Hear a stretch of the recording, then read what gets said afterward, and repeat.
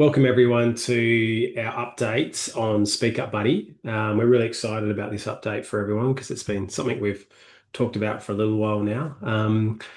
If you don't know who I am, I'm Josh, the General Manager of Crucial Dimensions. I can see a lot of familiar names on here, so welcome. Um, the purpose of today, we're only going to spend half an hour, so we'll get through it. But really, the structure of today is to really give you an update around a really exciting initiative around SpeakUp Buddy, which is our first AI practice tool that we have built for crucial conversations, which is all around how we can support embedding the skills from crucial conversations in a way that is modern, which is safe, and is a way that's going to be able to give people the environment to be able to really go after those skills post training. Um, so I'm just going to go into and dive into it. So really, what I'm going to talk about is just why Speak Up Buddy. We'll then go into a walkthrough of the product, and then we're going to go how you can get going. So that's really the structure of today. Um, so why Speak Up Buddy? We all know that when we go and do training, we try and find resources that we provide and others that you may have developed to be able to help embed that learning. It's something that comes up daily with us, with clients, and we're really, I guess, proactive in how we can support that. But with AI, we really needed to embrace that in a way that is safe to be able to support people, really build that confidence in applying the crucial conversation skills. Importantly, it's practice without the real world consequences. So I want to do it. I could be on my mobile at home. I could be just in my office area. I could just be at home, just on a laptop, being able to. I've got a conversation I've got to practice for. I just want to be able to look at how I can do that in a way that is safe and easy to do. Then that's what Speak Up Buddy's been built for. As I mentioned, it's really around reinforcing, embedding that learning beyond the classroom. One aspect is it gives very personalized feedback aligned to the crucial model. So really, it's when you get that feedback, it is going to be what's working well, and then it's also about what's going to be what needs development in how you've approached that model or that module of crucial conversations. And what we're trying to do in everything that we with organisations that are working with us, which is many of you on the call, is around how do we build that lasting behaviour change. And that's really, this is just one piece of that, of the kind of broader initiatives that we support organisations on. One thing I would mention is if you've got any questions or anything like that, probably just park that towards the end of the session, just so we can get through. So how it works, I'm just going to move this. All right. How it works is users come on board, and I'll show you that process. And they choose from four modules. We've specifically selected four modules from Crucial Conversations because not all of them are really suited to this type of format of learning. And you'll see that those are those ones when I show you the product, but it is, start with heart, look at state my path, make it safe, and seek a mutual purpose are the four. And we tested this with a couple of clients of ours and also master trainers who gave us that feedback as well. But how it works is you choose the module that you want to practice, it sets the scene, and then it requests, okay, what is your role? What type of environment are you working in? Just give it context to you. The scenarios are then effectively built for your context. So if you're in health, it'll be health related. If it's in technology, it'll be technology related. So what they're going to find is that the scenarios are going to be really meaningful to them and when how they practice. We work between voice and text interaction. So you have the opportunity to use voice, makes it a bit quicker, easier to use if you're at home or in a private setting, or you can use text if you prefer that option. Personally, I use the voice a lot, just terrible type. That's my problem. So you've got those options there to be able to utilize. Stateless AI sessions. So basically what this means is when you log back in or you start a new conversation, it's completely fresh. There's no memory of previous interactions. So it's not learning about you. It's not saying, hey, Josh, welcome back. Let's pick up where we left off. It completely forgets that. So what we're looking at there is, your data stays private. It's not training the models. And that's really important because that's where a lot of the privacy issues come up when we're utilizing AI on that front. Your practice responses remain confidential and secure. We capture your first name, last name, and your email. That's the only thing that we need, and I'll show you that process of how we can people or users can log in. But that is really important. We've also put this past Crucial Learning. We've spent a lot of time with them out of the US in ensuring that we get this right in terms of the approach we take to privacy and also the contextualization. Um, One thing or question may come up is, well, can I go and give it my scenarios that I'm dealing with right now? Our preference is don't, I wouldn't do that. And there's reasons behind that, in terms of from a ER perspective, as well as just use the scenarios that are provided or that the system creates, because it just creates a level of safety there in itself where you're just doing the scenarios that are relevant to you, that'll support you understanding the skill, but it's not down in the weeds of I'm dealing with this issue at work right now and I need you to give me the answers. This is not what this is about. It's not about giving you solutions. This is about practice. The last thing is it's 90 days access. So really what that is we've tested this with a number of clients that, were testing this with us, and they felt that 90 days access after the training would be appropriate. After that, there is an ability you can renew it if a user would like to keep using it, but it's really that 90 days after training that is really important, that we help support the skills. But obviously there's organizations here that have done hundreds of graduates over a period of time with us. This is another option you may want to offer to them to be able to go, hey, if you just want to practice those skills again that you may have done training 12 months ago, here's an option for you to use. Okay. Let's go on the next slide. All right. So we're going to go through SpeakUp Buddy now. I'm just going to jump over to here. I'm hoping we are all good that we can see that. Amy, can you just give me a yes if you can see that? That's all right.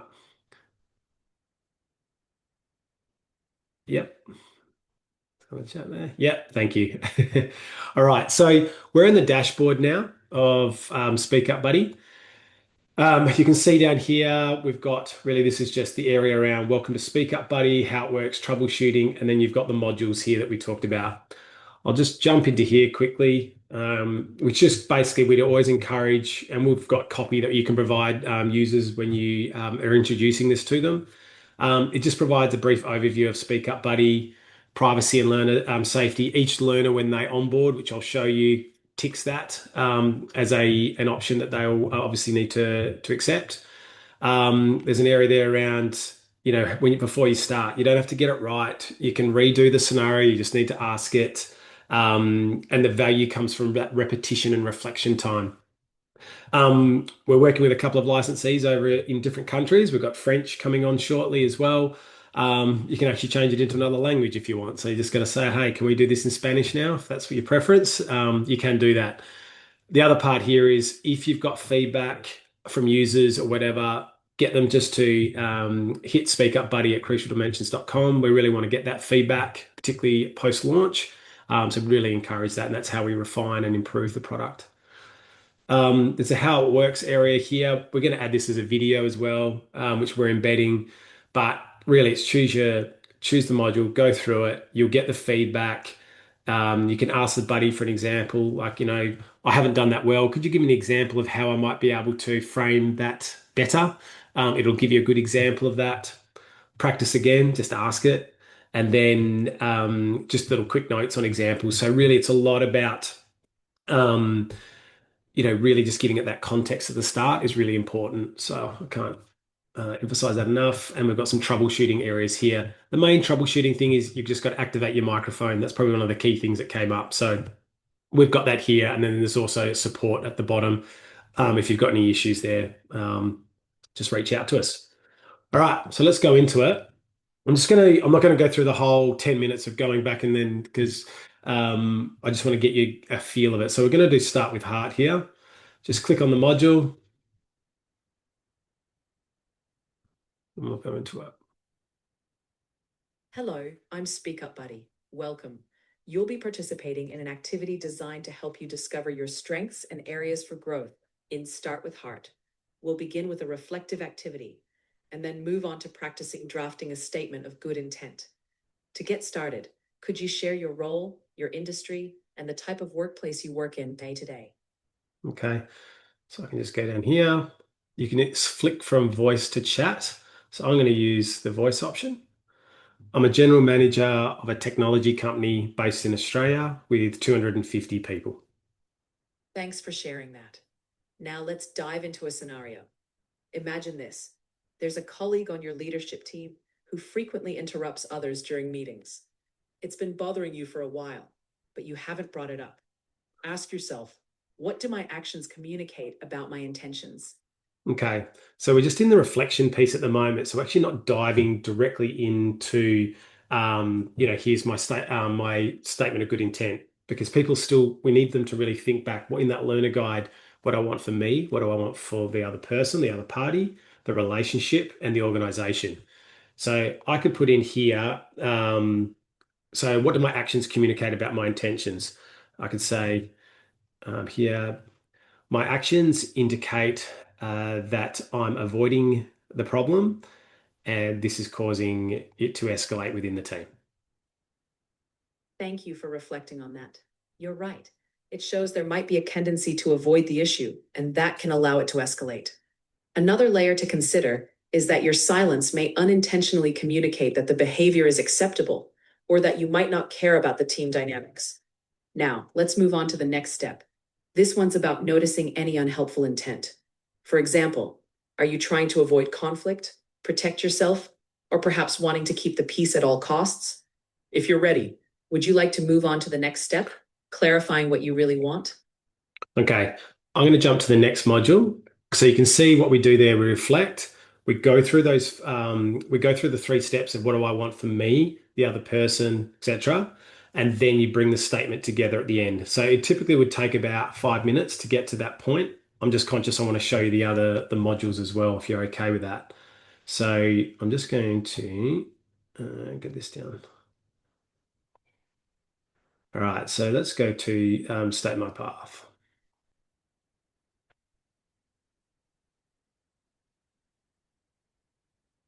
Hello, I'm SpeakUp Buddy, and I'm here to help you explore your strengths and areas for growth in State My Path.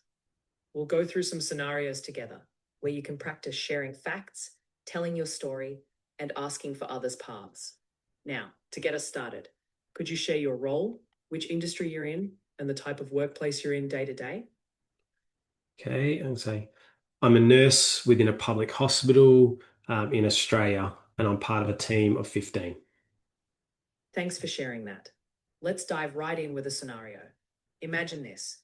During the last 3 team handovers, you've noticed that one of your colleagues consistently provides incomplete information about patient status. As a result, you've observed longer delays in care for some patients, and you're concerned about the impact on the team's efficiency and patient outcomes. You want to talk to this colleague about it. How would you approach that conversation using the 3 steps of State My Path? So I'm going to do something here, so we can go into that, and I can. So if we got here, it says, "How would you approach the conversation using the three steps?" So I can say here, um, the facts are that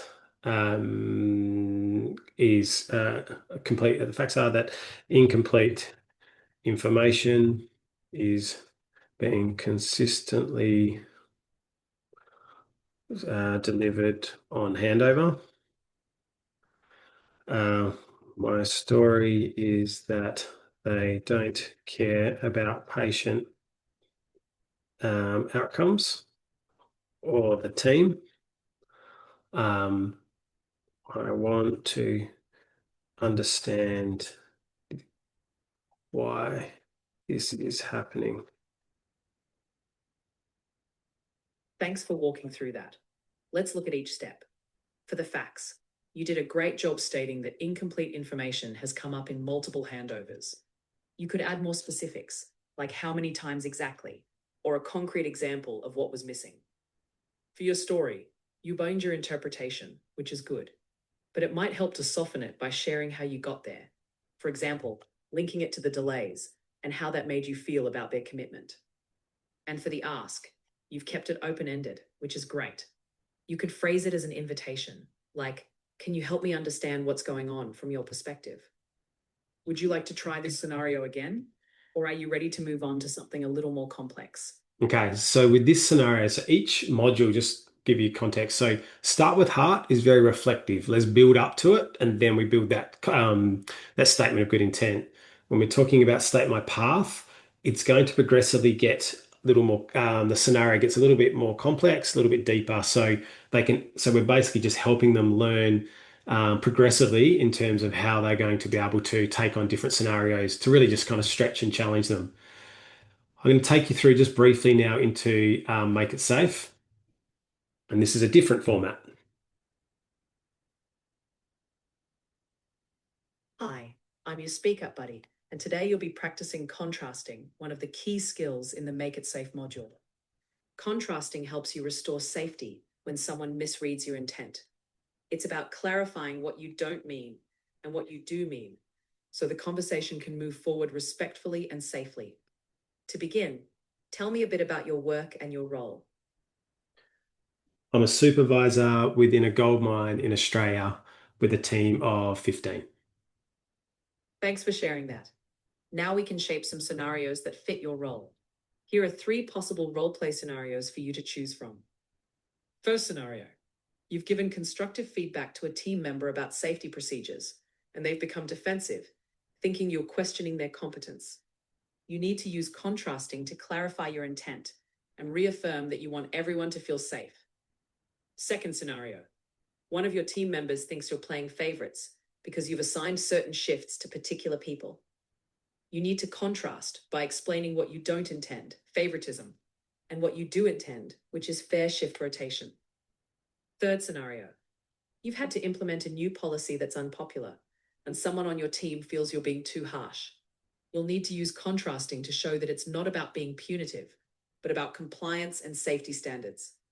Which of these scenarios would you like to role play? Okay, so I'm conscious of time, but you can see this module, as you saw in the previous one, provides feedback. When you go through that, this one is around choosing the scenario. So choose the scenario you want to do. You go through that process of contrasting, which is I don't, but I do. And then it'll give you the option of, do I want to do that again because I didn't do it that well, or would I like to move on to the next scenario? So there you've got a 3 scenario, select one option. So that's for that module there. I'm just going to briefly show you now seeking mutual purpose because this is a module that people love, but also can find it's challenging at times as well. So this is finding, oh, you'll see. Hello, I'm your SpeakUp Buddy.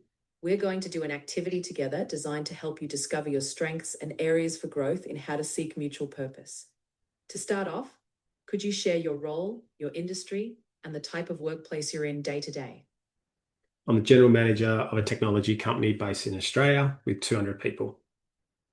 Thanks for sharing that. Let's dive into a scenario. Imagine one of your department heads wants to invest heavily in developing a new software product, but you're concerned about the strain on current resources and the risk to your existing client base. Here's how we'll approach this. I'll play the role of that department head. I'll start. We have to move forward with this new product now. It's crucial for our future growth. I don't see why we're hesitating. Now it's over to you. Let's practice the first step, agree to agree. Show that you want a solution that works for both of us and that you're not just trying to win.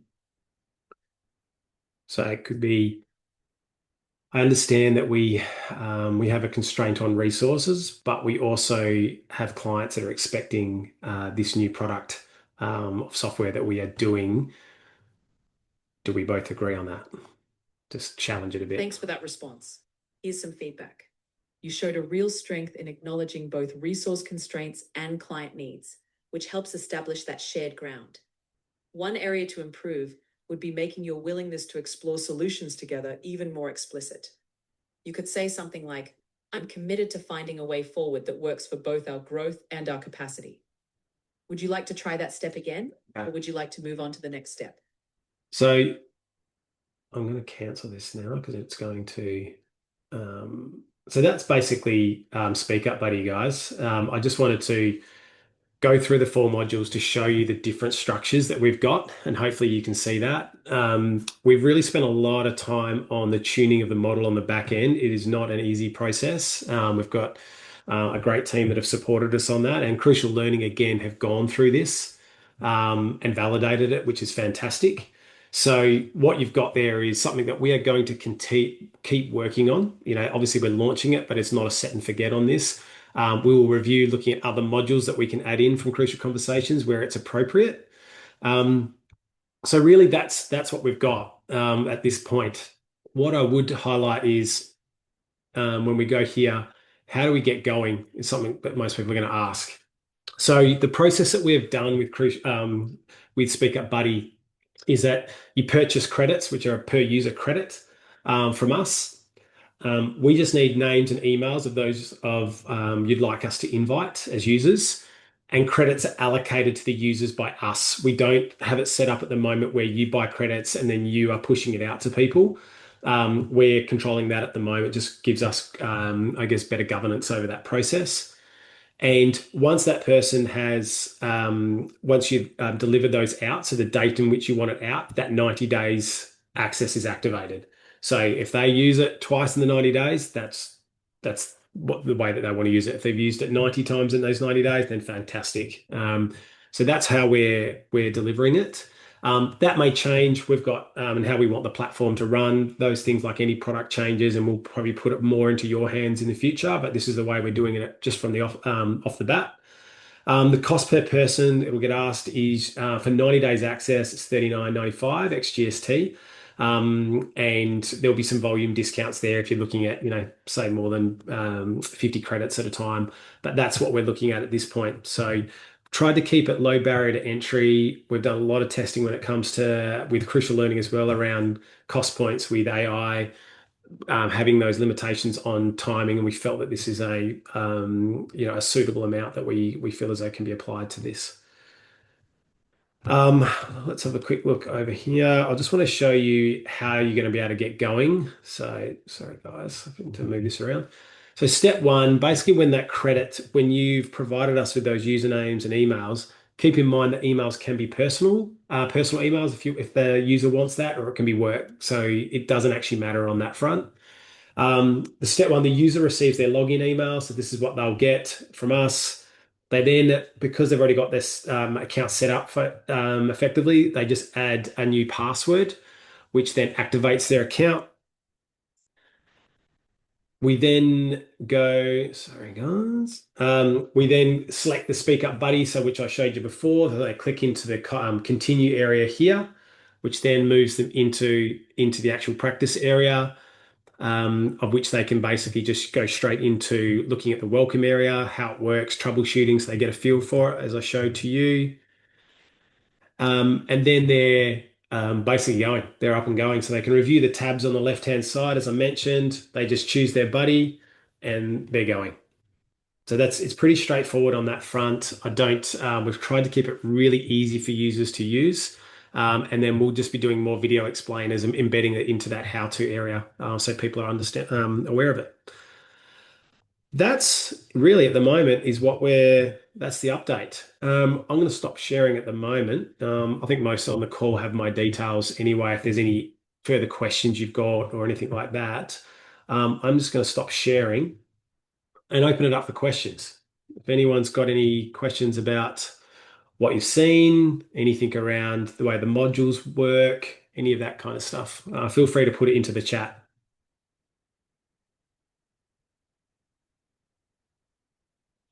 Okay. I'm going to go first with Bev. Thanks. Also, John. This will be particularly useful for employees who are part of virtual teams. Absolutely, Bev. That was one of the key requirements. Well done. So Q&A from John. Can SpeakUp Buddy be used by trainers to help practice their presenting? That's a really good question. John, absolutely. I think in any way that you're learning these four modules, if there's areas like seeking mutual purpose is always a fantastic module. People love it, but it still takes a little bit of time to get your head around it at times. So absolutely, I would be. It's not something you're going to be using, in your training sessions or anything like that. But if it's something you just want to be able to practice and get better at it, absolutely, no issues on that. And Crucial Learning actually brought that up as well with us. Heather, this is super amazing. I know it would build both confidence. Excellent. Thanks, Heather.